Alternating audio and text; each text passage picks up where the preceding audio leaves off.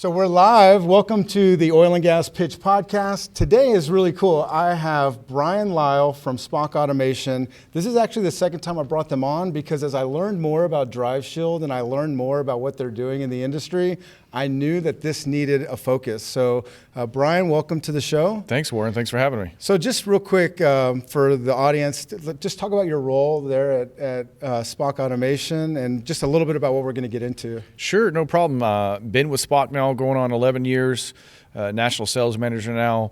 I've got quite a bit of history in the automation industry. Started on the commercial side, moved to the oil field side.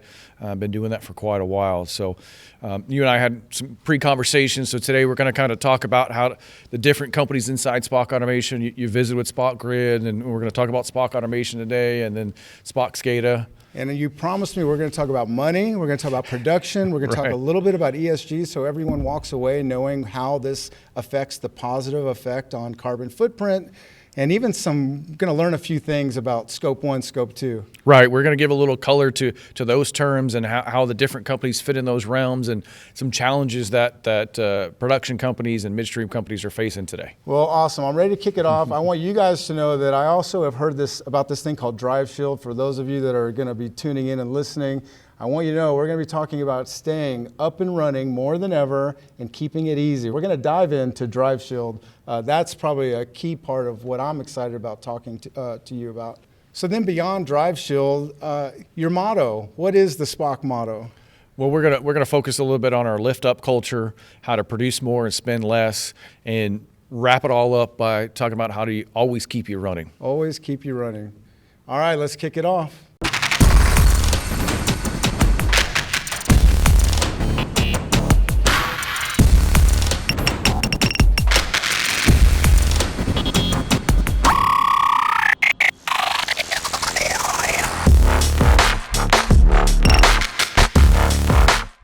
Interesting, when we had Dr. Ben on the show and Ted, we really got into really like generators, the power of keeping people up and running. And today is a kind of a interesting thing because we're going to dive into what you do in terms of protecting these operators and folks in the midstream to keep them up and running and not allowing, let's say, a lightning strike to really cause a major production curve. Right. We were talking before, there's several scenarios that we run into on a semi-regular basis. You could have a producer that's got, 2,000 barrel a day well that goes down due to a high windstorm, or you've got a midstream company that loses their disposal well or the ability to operate it because they had a lightning strike, hit a transformer on site. So there's things that we can assist with and help with some of the stuff we do on SPOC Automation. That's great. Well, something I just for a moment would love to kind of get into your history. How long have you been with SPOC and your role? Like what kind of companies are you working with day in, day out? Great. Yeah. I've been with SPOC now going on 11 years. I came out of the commercial automation industry, still wrapped around using microprocessor-based controls and things of that nature and VFDs, and then I moved over to SPOC Automation in the oil and gas industry. I actually started for them on the West Coast, and then relocated to Texas and been in Texas the last 8 or 9 years. So we probably focus on the upstream and midstream portion of the oil and gas industry. So production companies, water midstream companies, compression companies, all that fall in that same space. Terrific. And something before we kick this off, I want to ask you, who should be really paying attention today? Like who are usually the buyers for you that when you're sitting down, is it the CFO, CEO? What part of the executive leadership team really interact with you and what you do at SPOC? Great. It kind of runs the gambit. It depends on the size of the operator or the midstream company. As you know, in today's times, they all kind of wear multiple hats. So it goes across the C-suite down to the engineering staff and even out in the field staff. So we kind of cover the gamut. Nice. Well, with that, we're going to kick this thing off. We're going to get to this presentation, sharing what SPOC Automation on this side of the fence, what you are doing and how it makes an impact. Great.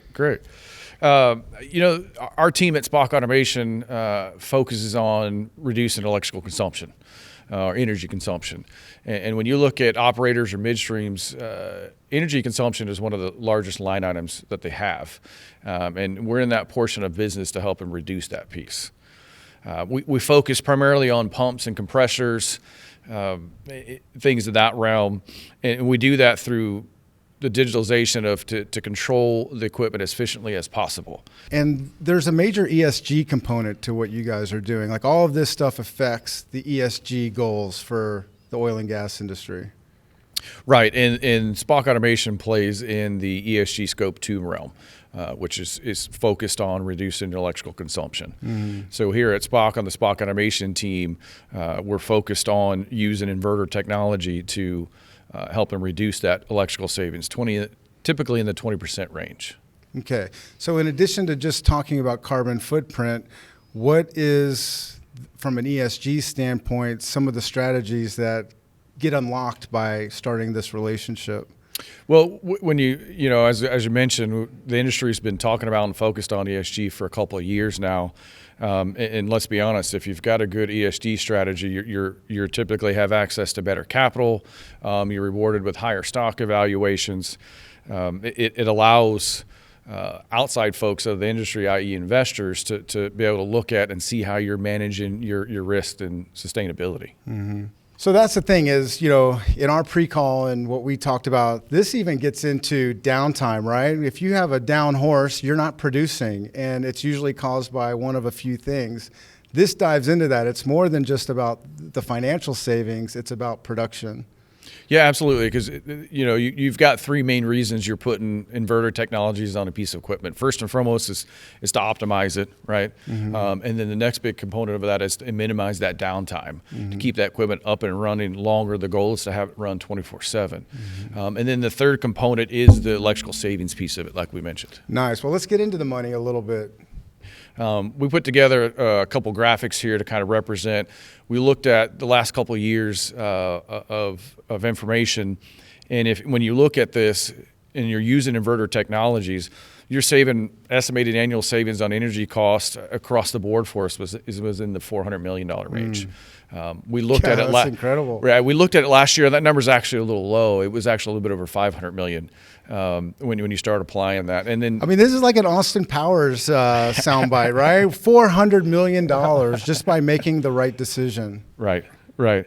And to drive that point a little farther home is if you take that estimated energy savings and you apply that to reducing of CO2 metric tons, that the second graphic represents that, where when you take that savings and you flip it over based on the U.S. government's average pool of CO2 generation, and you have that savings, you get quite a bit of reduction per kilowatt hour that you reduce. Incredible. And then something that for a listener that right now is going, what are they talking about? What could happen to what item on, out at the edge, if you will? What examples can you give? I say lightning strike, but there's a whole lot that goes behind something going wrong out in the field. Right. And you're absolutely right. If you spend any time in the well field, if it can happen, it will happen. Mm-hmm. You've got to build in redundancy. We talked about lightning a little bit, but it doesn't even have to be lightning. It could be a high windstorm. It could be something that not even on your location. It's downfield. Somebody has some kind of incident and it causes voltage anomalies or things to go on in the power quality coming to your equipment. Cool. All right. So scope 1, scope 2, for people that don't know, because I didn't know even just getting into being part of the network, a lot about some of these terms, but scope 1, scope 2, this is really about carbon footprint and really finding what the true effect is of different items. And I'll just give everyone an example, and this is, you can correct me because I know I'm halfway wrong, but like Tesla, right? These people driving around their Tesla cars feel like that their absence of using gas is making a positive impact. But the people that are like identifying scope 1, scope 2, I don't know if there's a scope 3, depending on what scope it is, you're now looking into what is the cost to the carbon footprint by manufacturing the Tesla. And suddenly the gasoline driver feels like he's superior to the Tesla driver. Right. That's always going to be the endless debate. And you're right, there is a scope 1, a scope 2, and a scope 3. SASB is one of the largest organizations that builds an accountability scorecard, if you would, to allow folks outside of the industry to compare one company to another. And when you start looking at that, it allows those investors and outside folks to look at it and see how our industry's activity is categorized in those different Do you mind just buckets. walking through the difference between scope 1 and scope 2? Sure, I can speak to scope 1 and scope 2. I'm not on the scope 3 side, so Okay. I'm going to fall in that same camp Fair. where I'm not an expert there. As you mentioned, scope 1, when you talk to Spock Grid, that's clearly where they fall into is in that power generation portion of it. How do you get your power? Where does it come from? And how do you get it to the power consuming equipment? And that's basically when you scoop over to the scope 2 is the power consuming equipment. And that's where the Spock automation stuff applies, is in the scope 2 under the consumption portion. And this is where your performance, the ability for someone to, as we get now, we're going to get into like really the good stuff, but this relationship with Spock, it now means that when a piece of equipment goes down, and I know you'll explain this to me, right? But now suddenly there's more agility in getting back up and running, and then there's a warranty involved. There's lots of savings that could be made, not just in what you're going to make up by actually being back on your feet again, but also in the expense of trying to find talent that could actually repair the item. Right. Right. I've got a great question, Warren. I've got a whole slide on that, Okay. but I think we might need to back up a little bit. Okay. We've talked about the different Spock companies. I think if I give some color to that, that'll understand how we're covering that umbrella of the different scopes of ESG and where the different companies fall into. Yeah, please. So like you mentioned, you spoke with our team at the Spock Grid side. They focus on maximizing power generation through hybridization. And really you can think of it as creating an efficient bridge between the power generation equipment to the power consumption equipment. And then that falls clearly in that scope 1 that we're talking about. Then we have Spock automation that we've been talking about that focuses on the electrical consumption side. How do you reduce that electrical consumption side? Then you've got Spock SCADA that kind of sets as an umbrella across both of them. It does data acquisition, historical data acquisition, actual live equipment monitoring, and control over the Spock automation equipment, the Spock Grid equipment, and then third-party equipment. Nice. Yeah, that's a lot, and that's the thing. Once I got in, I got a chance to have the Grid team here. I was like, there is so much to unpack here, and the impact that you guys have, the importance for people leading these companies to kind of know that this exists, I think is critical. So this next part is really, obviously I'm excited to get to it, but it's really just about the agility and the follow through that you guys bring to the table. Right, and that's key. When we were talking about before the type of folks we talk to at a upstream or midstream company, it gives them a peace of mind that they know they can cover both of those both those pieces, and not necessarily have to go to separate resources and then try to get them to play well together and do the coordination. When you get in there and you talk about how do we connect the power generation with the consumption, we've got that covered. And then when you get on the consumption side, we also can tie in that piece. And then, oh, by the way, we can watch all of it. So now you've got that at the palm of your hand, and it becomes really powerful. You guys truly are a partner to these companies, and it's interesting to acknowledge that because of the fact that so often everyone has everything so compartmentalized that this seamless environment that Spock brings to the table, I would compare it to me having one password for everything I need to do. It's that simplicity and that ability to just phone a friend, if you will, to get Absolutely. Not just one compartment taken care of, but we're talking about several aspects. Right. So we talked a little bit, some of the cost impact and all that. So that's kind of where we wanted to get into talking about Drive Shield, our extended warranty product. But before we do that, what we've noticed in talking with our customers when they're talking about putting in high technology solutions to manage some of the sustainability, that the challenge they face is how do they address the reliability portion of that. When we're visiting with our customers and they're talking about putting in sustainability solutions, a challenge they face is when you're implementing high technology solutions is how do you maintain the reliability? How do you ensure that reliability? And doesn't some of that even, on the reliability side, you have to have the right people that know the right things. And these locations could be anywhere. How do you get them there in record time? Right. And that's a valid question. In our industry, we don't demand a 150-year life on our equipment. Now, but at the same time, an end user may experience unacceptable life expectancy. And we can sit here and tell you our equipment's reliable because we've been doing it for 20 years. But the life expectancy of a semiconductor device is quite different than something made out of copper, a bus bar, if you would. And that's where we introduced Drive Shield to address that through our extended warranty program. covering that reliability, and also tying in lightning like we've been talking about, because lightning is a serious issue in oil and gas industry. So can you just walk me through like an example? Let's pretend, we're out in some remote place. There's this piece of equipment. You call them, what's the name of them? VFDs. So the VFDs, which stands for? Variable frequency drive, also known as variable speed drives, all the same thing. Inverters. So it's the brains, right? It's the brains of what's... It's the heart of the system, right. It's Perfect. The heart of the system. So lightning strikes, it's down. So what... give me kind of just an example of life before having like a warranty in place, like Drive Shield, versus, somebody opening this door and having a relationship with you. Right. So we talk about those scenarios. We talked about a production well that does 2,000 barrels a day, and you've got that high windstorm, and it comes in and takes out that piece of equipment. The thing to realize is you're completely down, no revenue generation on that. So you would start a service call request. Can I get a new piece of equipment? Can I get it repaired? How do I handle all that? So we take that portion out of it. It's one phone call. You've got the Drive Shield extended warranty program. We're sending our technicians on site to do the repair or replace the unit. All that's covered, and you're making one phone call. That's good. I just think Drive Shield is really great, and it's interesting because I feel like all of my experience over the last couple of years talking to operators, talking to midstream companies, production, and especially during the time where you had kind of the downturn, Right. it's still a real thing. Everything matters. Every line item matters, and production is critical. Right, and that's one of the things that prompted us to dig into this. When we look back and said, okay, hey, what's the largest issue that our customers are facing, or where is the opportunity? And if you look at the single largest non-warrantable item, we can't control lightning. Nobody can control lightning. We could build.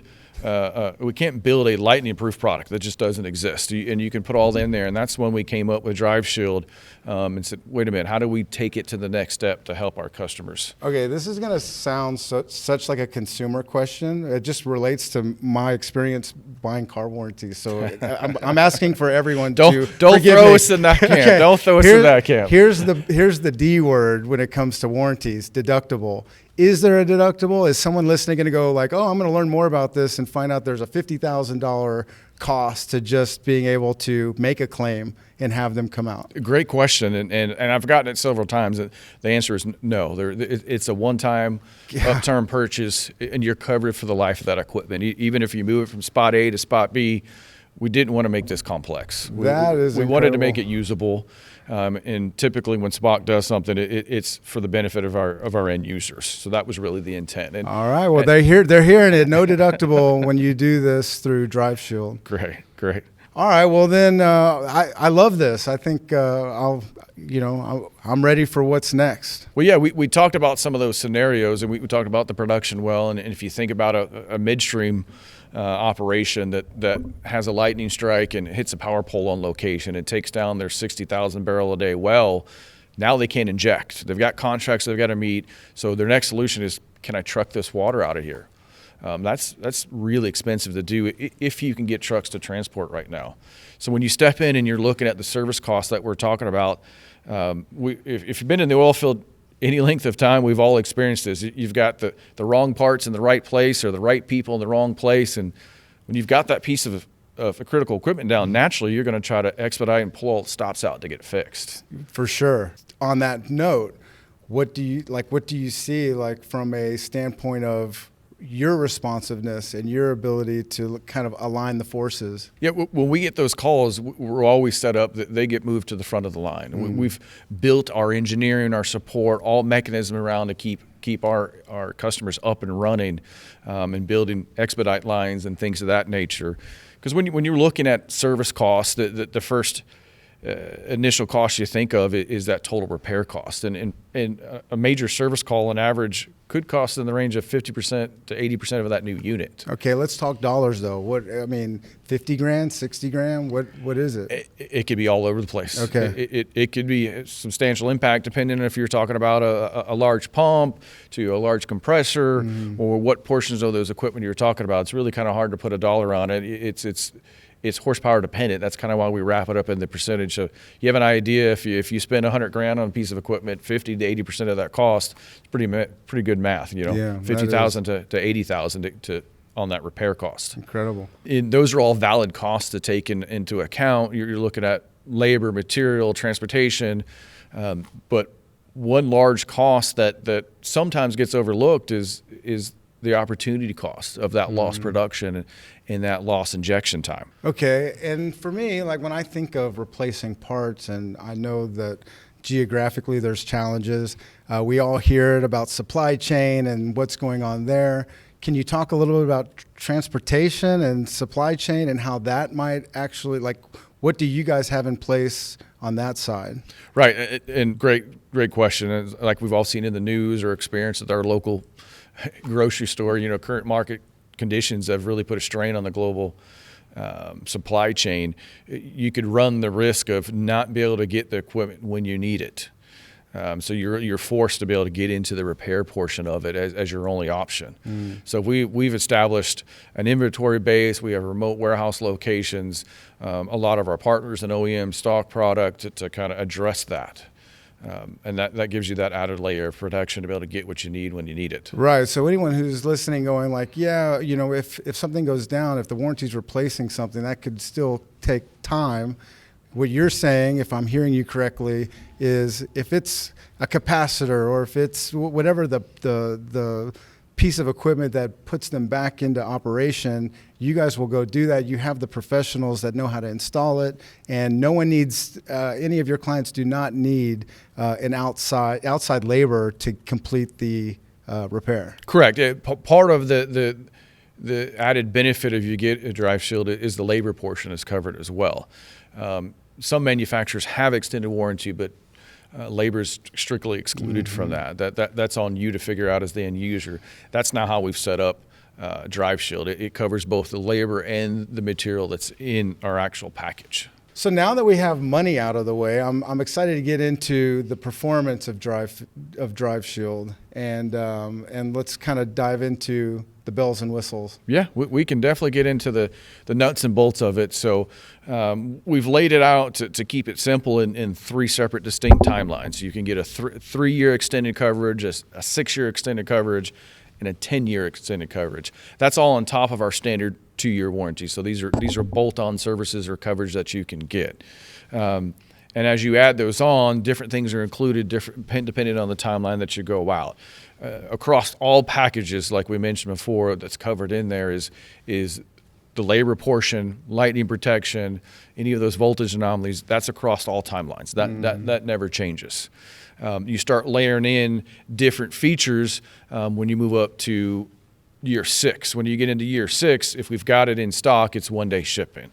Whereas year 3, if you do the 3-year package, if it's in stock, it's 2-day shipping. Again, all at our cost, shipping to you, the end user. You never have to worry about incurring any more lease operating expenses or LOE expenses on that piece of equipment if you've got Drive Shield.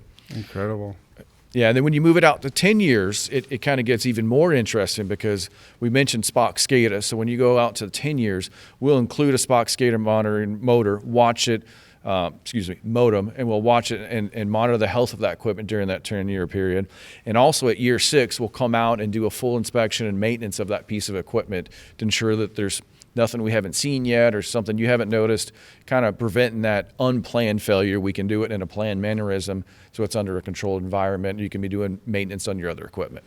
Okay, now for me, looking at this, I have to ask, when you find out what equipment already exists within a company, is there certain, is the 10-year always an option for everybody, or is there some kind of pre-qualifying information that would allow you to know if this piece of equipment is potentially could have this 10-year warranty? Good question. So it's not uncommon from one production company to sell a facility to another or midstream. So that Drive Shield stays with that actual hardware.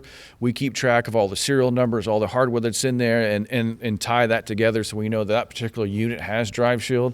So if we have a new customer that's bought somebody else's old assets, it stays with it. It's not transferable to the owner, it stays with the equipment. And the age of the asset going into the contract doesn't limit them from making a choice between these three options. No, obviously it's always easier to kind of do it up front. Then you have like a 12-month window after a new purchase to add it.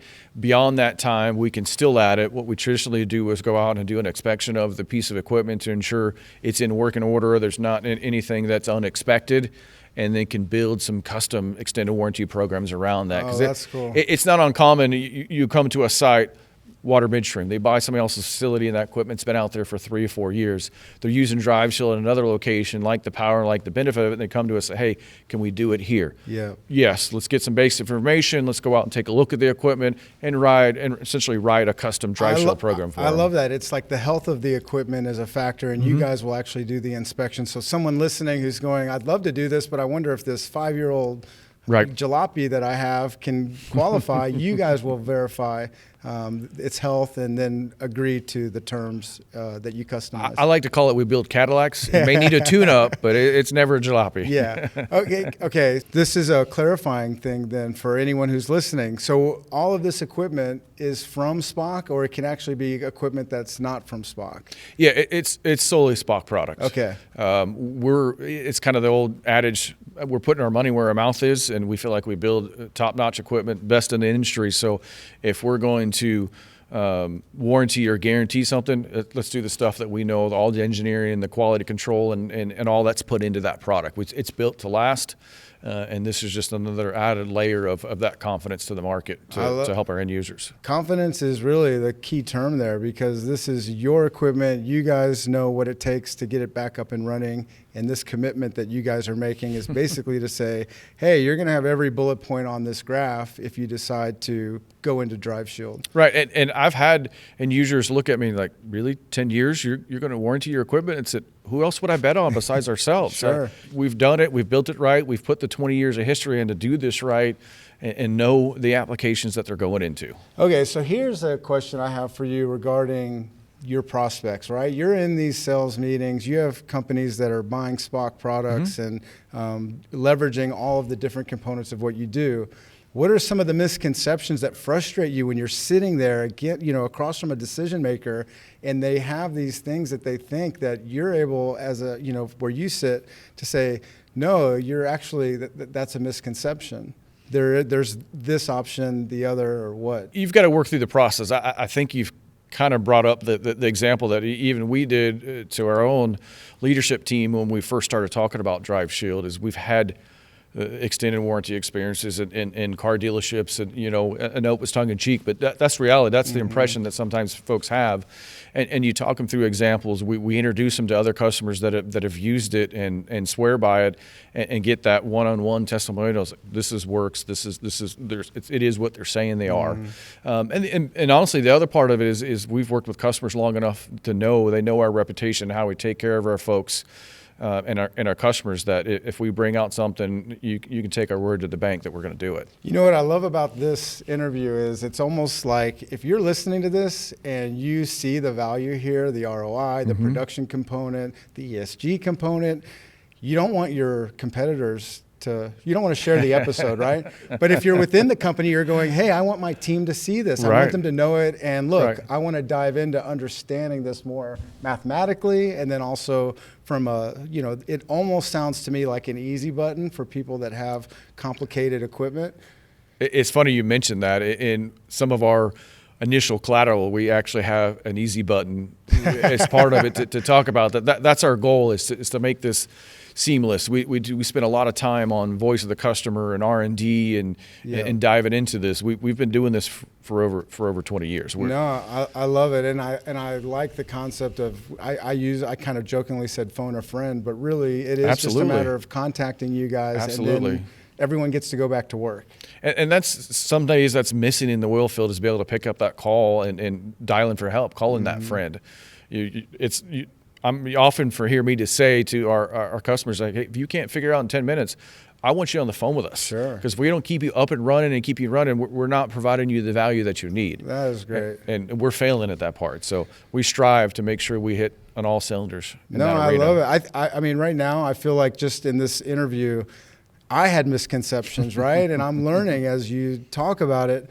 A lot of people that, you know, our audience is a wide range of people. Some of them are prospects, but others are just talent that are going, what kind of companies are making an impact? What is the sustainability, not just in the oil and gas industry, but in the companies that are working to survive 2022 and beyond? Absolutely. And you're 100% correct. You know, the foundation of SPOC automation and why we're able to do this is we really build on our culture. We actually have a culture program, Lift Up, where we focus on lifting up the individual, lifting up each other, lifting up our company, the industry, and then it carries on out to the world. That's something that we hold near and dear, and that's the foundation of how we're able to do all this. Man, you know, it's funny. I know we're going to get to your final slide here in a minute, but going back to culture, you know, when you, as a consumer or somebody who's in some kind of an agreement for a product or service, when that team member that works for that company is having like a pissy day or like in a bad mindset, it makes you hate the company that they work for and that you've decided to work with. But when you have happy employees and the team is thriving and they have answers and there is resources to commit to, you feel that, whether you're getting a cup of coffee or whether you're buying a car, or in this case, taking on a very major liability by being in production. Right, and we want our customers to understand we've been in their position. So when they're calling with a technical question or send our service guy out, we understand we've been in those positions. We know the stress they're under, the lost revenue. We get that. So we put all of our efforts into remedying that as fast and as efficient as we can. So before we talk about how people can get in touch with you and what the process is, let's go to your last slide. Yeah, great. And this is our chance to kind of really dive into SPOC as a whole. Yeah, you mentioned that you had some misconceptions, and that's not uncommon. That's not a war, and I've never seen this before. We get that quite a bit. Thank you. And I mentioned we've been in this for 20 years. A lot of our customers are using SPOC automation. I may not know it. They go through our OEM partners and everything. But we built this graphic to kind of give you an overall basis. An easy explanation is to say if you've got a piece of rotating equipment. Let's break it down to that level. And it's got an electric motor on it. We've got discrete automation and a VFD solution to make that process more efficient. You know, to circle back to reducing those ESG scope 2 areas, every piece of equipment you can see on this screen, whether it be a rod pump, an ESP, an injection well, a compressor, that all encompasses into what SPOC is as a core, trying to help our customers produce more efficiently while spending less. And what I love about this slide is, you know, here at OGG, and we have companies that submit information, and we do a lot of due diligence to get somebody here like this, you know. And something about SPOC automation that meant a lot to us is we're so used to seeing like basically companies taking a wheel and putting 100 spokes in it and saying we do this, that, the other, and we change tires, right? What SPOC automation does, and this graphic kind of proves it, it just shows these verticals that are within our industry and how you guys have really been solution focused and client centric in the fact that SPOC automation will leverage all these different aspects of our industry. Absolutely. We know where our core competency is. We stay in that lane. We've even had conversations with end user if they bring us an application and we totally transparent with them. Understand what you needed to do. We don't have an adequate solution that can solve that. Most cases we may know who to get them to, but at the end of the day, we want to take care of their problem. If I can't do it or SPOC can't do it, we want to get them to the right folks. Wow. Square peg and round hole doesn't work for us. That's not how our culture is built. I love it, and I know pretty much everyone who's listening to this appreciates that, because when you open the door to something like this, you want to know that you're at the right place and that the company can do the right thing. So With that, Absolutely. I want to thank you. This is really Thanks great. for having me. I enjoyed it. Yeah, if you guys want to get a hold of Bryan did we'll put the links all into the show notes. Great. And you are on LinkedIn. I couldn't I find am. you on LinkedIn. I'm on LinkedIn. All right. You probably did the magic where like everybody does and put I and Bryan and Y and Lile. But Okay, well, I that won't is hold it probably what against I you. did. It's been happening for 44 years. All right. Well, we're So- going to make sure that everyone has your LinkedIn link in our Looking show forward to notes. it. Yeah. And thank you guys. Thank you for tuning in to Yes. the Oil and Gas Pitch podcast, SPOC Automation. Thank you. Thank you, Warren. Appreciate it. Yep. Enjoyed it, buddy.